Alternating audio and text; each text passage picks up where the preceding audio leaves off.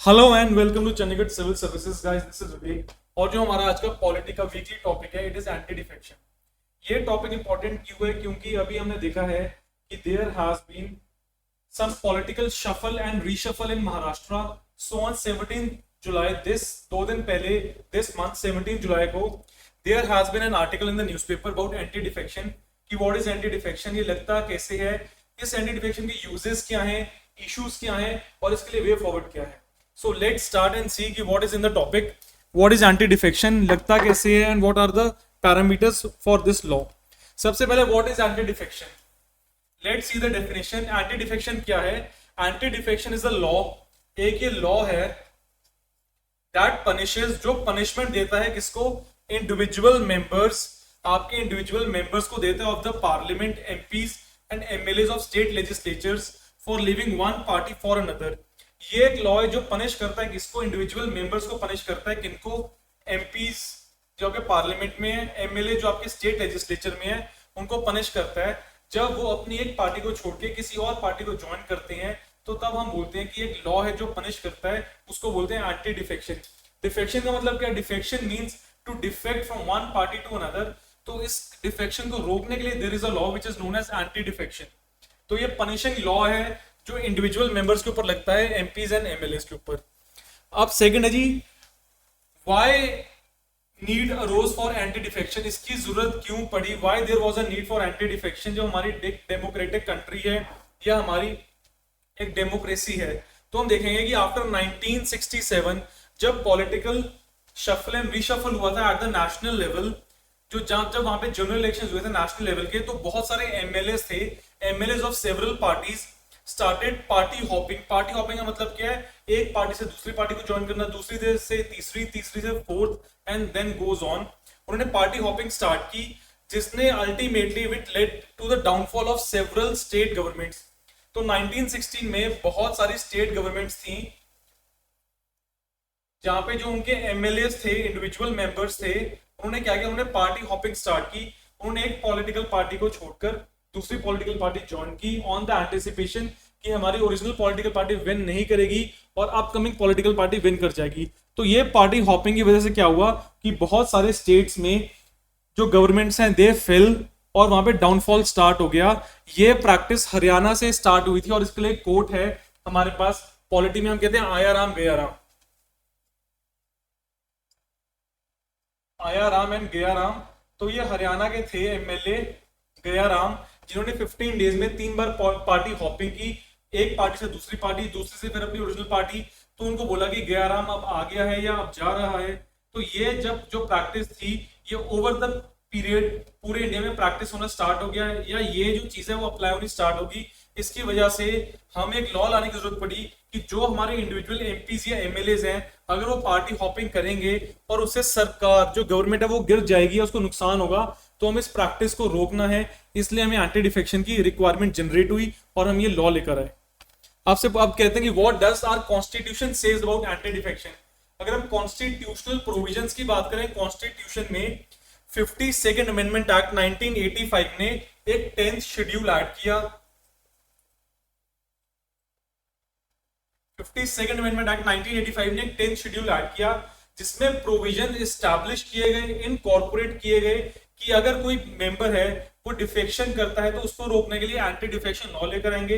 इसको हमने constitutional law बनाया सो दैट कि कोई भी मेंबर है जो डिफेक्ट कर रहा है अपनी पार्टी या अपनी पॉलिटिकल पार्टी से, उसको रोका जा सके और उसके ऊपर पनिशमेंट इस्टेब्लिश की जा सके कि अगर सर या मैम अगर आप ये काम करोगे तो ये काम इनएप्रोप्रिएट है। तो कॉन्स्टिट्यूशन में 52nd कॉन्स्टिट्यूशनल अमेंडमेंट एक्ट, जिसने 10 शेड्यूल को तोल दी और बताया कि अब एंटी डिफेक्शन आपका एक कॉन्स्टिट्यूशनल प्रोविजन बन गया है। अब देखते हैं कि grounds for which anti defection law is applicable. ऐसे कौन से ग्राउंड्स हैं, कौन से केसेस हैं जहां पे एंटी डिफेक्शन लॉ एप्लीकेबल है। फर्स्ट आपका है, a member voluntary resigns to join another political party. और सपोज ए पॉलिटिकल पार्टी का एक मेंबर है, मेंबर 1, इसने इस पॉलिटिकल पार्टी से रिजाइन किया और किसको ज्वाइन कर दिया? बी पॉलिटिकल पार्टी को। अगर आप वॉलंटरी रिजाइन करके बिना किसी कारण के अपनी मन मर्जी से रिजाइन करके किसी और पॉलिटिकल पार्टी को ज्वाइन करोगे तो you will be charge under anti defection. Second है, इफ यू आर वर्किंग और going against the directions of political party, political party ने आपको कुछ डायरेक्शंस इशू किए पर आपने उन डायरेक्शंस को कंप्लाई नहीं किया या उन डायरेक्शन के थ्रू काम नहीं किया, तो आपके ऊपर क्या लगेगा, एंटी डिफेक्शन। इसको बोलते हैं going against the whip. Third है a member changes party after the elections, once you are elected from the seat or from your district or from your territorial constituency, and after the election you change the party, then also you will be charged under anti defection। ये चीज आप नहीं कर सकते। Fourth है a nominated member, जिसको bye nomination लेकर आए हैं। राज्यसभा में we have 12 members to be nominated, in Lok Sabha we had 2 members to be nominated from Anglo Indian community, जो अब बन गया, जो अब ये प्रैक्टिस आपकी क्लोज डाउन हो गई है आफ्टर 104th अमेंडमेंट एक्ट। तो नॉमिनेटेड मेंबर जिसको नॉमिनेट करके भेजा गया है joins the political party after 6 months of his nomination, कि उसको नॉमिनेट करके भेजा गया और उसने 6 महीने बाद की पॉलिटिकल पार्टी ज्वाइन कर ली, तो that person will also be charge under anti defection. तो ये 4 क्राइटेरियाज हैं to charge a person under anti defection. अगर ये क्राइटेरिया है to charge a person, then we must be having some exceptions. So let's see what are the exceptions to anti defection. What are the exceptions to anti defection? पहला है the speaker and deputy speaker of Lok Sabha, they are exempted, कि अगर वो कुछ change करते हैं तो उनके ऊपर एंटी डिफेक्शन लॉ अप्लाई नहीं होगा। फिर आपका है chairman and deputy chairman of Rajya Sabha, ये हमने पार्लियामेंट की बात की, पार्लियामेंट हाउसेस की, कि लोकसभा एंड राज्यसभा में आपका एंटी डिफेक्शन नहीं लगेगा, किसको, प्रिसाइडिंग ऑफिसर्स के ऊपर नहीं अप्लाई होगा। Third you have speaker and deputy speaker of state legislative assembly, chairman and deputy chairman of state legislative council. तो जो आपका स्टेट लेजिस्लेचर के जो आपके प्रिसाइडिंग ऑफिसर्स हैं इनके ऊपर भी एंटी डिफेक्शन नहीं लगेगा।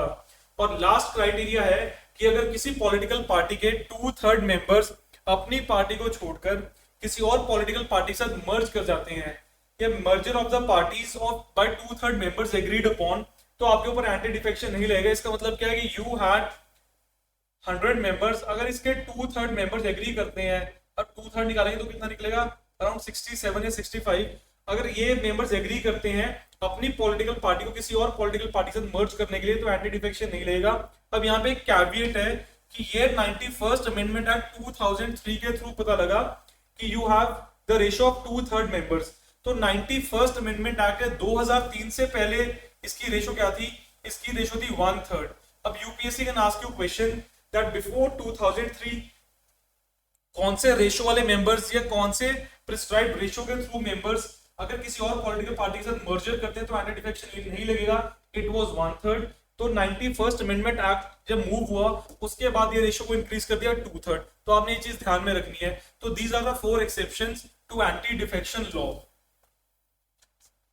And along with it we will see कि अब आपने पार्टी छोड़ी अपनी, कोई और पार्टी ज्वाइन कर ली, अब डिसाइड कौन करेगा कि आपने एंटी डिफेक्शन किया या आपके ऊपर एंटी डिफेक्शन लॉ एप्लीकेबल है, उसको देखते हैं। We have who decides on the charges of anti defection law, कि चार्जेस को डिसाइड कौन करेगा, तो आपके प्रिसाइडिंग ऑफिसर्स डिसाइड करेंगे। पहला आपके speaker of the houses, that is Lok Sabha and state legislature या असेंबली। सेकंड आपके चेयरमैन ऑफ द हाउसेस, अगर आपका यूनियन लेवल पे इट इज राज्यसभा, अगर किसी स्टेट में बाय कैमरल लेजिस्लेचर है तो वहां पे आपका क्या है, स्टेट लेजिस्लेटिव काउंसिल। तो जो आपके प्रिसाइडिंग ऑफिसर्स हैं, हाउस को जो प्रिसाइड करें, जो सिटिंग्स को ज्वाइन चेयर कर रहे हैं, वो ही डिसाइड करेंगे एंटी डिफेक्शन लगेगा या नहीं लगेगा।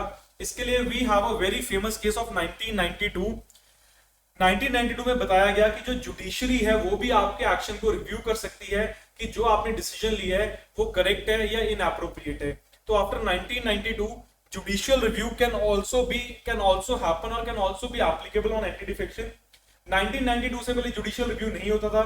इसके लिए we have to see a very famous case, उसका नाम है कियोतो होलोहन वर्सेस जैचुली केस।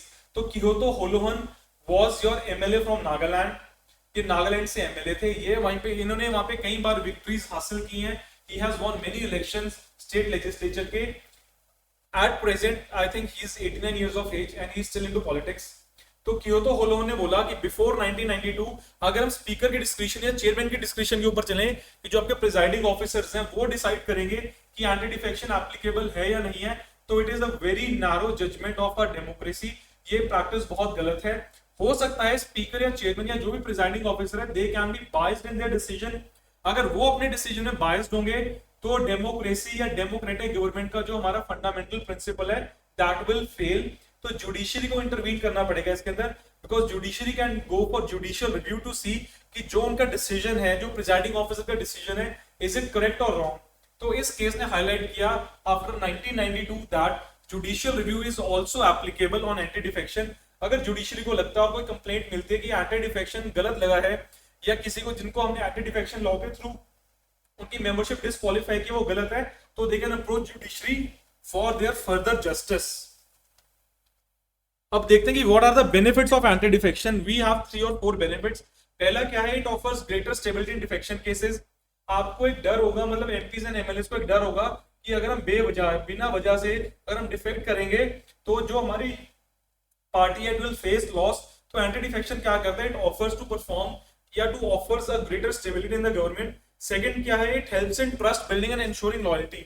आप लॉयल रहोगे अपनी पार्टी के साथ, जो आपके पार्टी का सुप्रीमो है, जो लीडर है, वो भी लॉयल रहेगा आपके साथ। उसको पता है कि मेरी पार्टी पीछे है मुझे सपोर्ट करने के लिए, मेरे मेंबर्स मुझे सपोर्ट कर रहे हैं, तो वो इम्पार्शियल होकर काम करेंगे सोसाइटी में। थर्ड क्या है, it helps in merger of parties in a democratic वे। अगर किसी पार्टी ने मर्ज करना है तो उसको हॉर्स ट्रेडिंग करने की जरूरत नहीं है, उसको अपने एमपी से एमएलए को कहीं और ले जाके बोलने की जरूरत नहीं है कि आप हमारे साथ हो या बेनिफिट्स बताओ। ये जब आपको एक मैकेनिज्म दिया हुआ है कि अगर आप मर्जर करते हो, आप एंटी डिफेक्शन लॉ के अंडर नहीं आओगे, तो इट हेल्प्स इन मर्जर। जो पार्टीज है वो मर्ज कर सकती हैं और एक स्ट्रॉन्ग ऑपोजिशन पार्टी बना सकती है। फोर्थ है, it curbs anti social practices. As you know money is widely used and most popularly used in elections. तो जो आपका एंटी डिफेक्शन है, ये करप्शन को कर्व करने में, जो आपकी एंटी सोशल प्रैक्टिस है उसको कर्व करने में, it is a very healthy process. तो ये 3 या 4 बेनिफिट्स हैं एंटी डिफेक्शन के। तो हम देखते हैं कि इश्यूज क्या क्या एंटी डिफेक्शन के रिगार्डिंग। वी हैव सी कि there is no rationality between individual and group defection. हमने बोला कि अगर इंडिविजुअल डिफेक्ट करेगा देन ही और she will be charge under anti defection. पर अगर एक ग्रुप डिफेक्ट कर रहा है by the way of merger, वो भी तो डिफेक्शन है ना, कि अपनी ओरिजिनल पॉलिटिकल पार्टी को छोड़ के किसी और के साथ मर्ज होना चाहते हैं। तो आपने ये क्लियर कट डेफिनेशन ही दी है, ये बहुत प्रॉब्लमैटिक है। सेकंड है कि it is unable to control MP MLAs their conduct outside the legislature. अब वो लेजिस्लेचर के अंदर जब है तो उनका कंडक्ट हम कंट्रोल कर रहे हैं। हो सकता है outside the legislature they are giving some statements या they are going against their party, तो उसको कंट्रोल करने के लिए anti defection fails to operate as a law. Third है, there is no time limit for decision making by the presiding officer.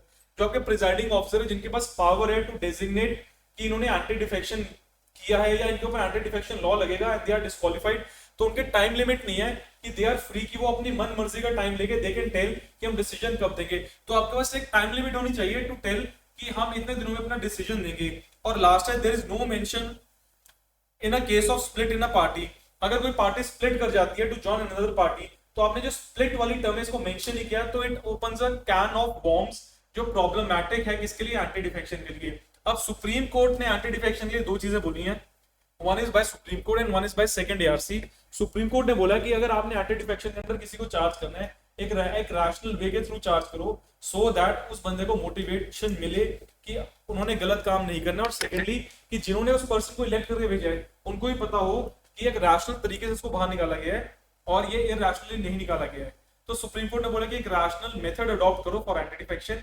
आप एक speaker या चेयरमैन या प्रिजाइडिंग ऑफिसर के वर्ड्स के ऊपर मत जाओ, यू सी द रैशनैलिटी कि अगर पॉसिबल नहीं था कोई और चीज करना तो उसने एंटी डिफेक्शन किया है। और सेकंड है सेकंड एआरसी ने भी रेकमेंड किया है कि जो एंटी डिफेक्शन है ये बहुत आर्बिट्रेरी तरीके से काम कर रहा है। You have to stop that arbitrariness and you have to ensure कि जो एंटी डिफेक्शन है in letter in spirit it is applied on the defecting members, और एक एग्जांपल सेट करे कि आगे चल के लोग एंटी डिफेक्शन ना करें। So this was your topic 17 of July this month. 2 दिन पहले ही ये टॉपिक आया है आपका न्यूज़पेपर्स में, और तभी ये टॉपिक इंपॉर्टेंट है because we are seeing many different types of defection across India. Maharashtra is the current example.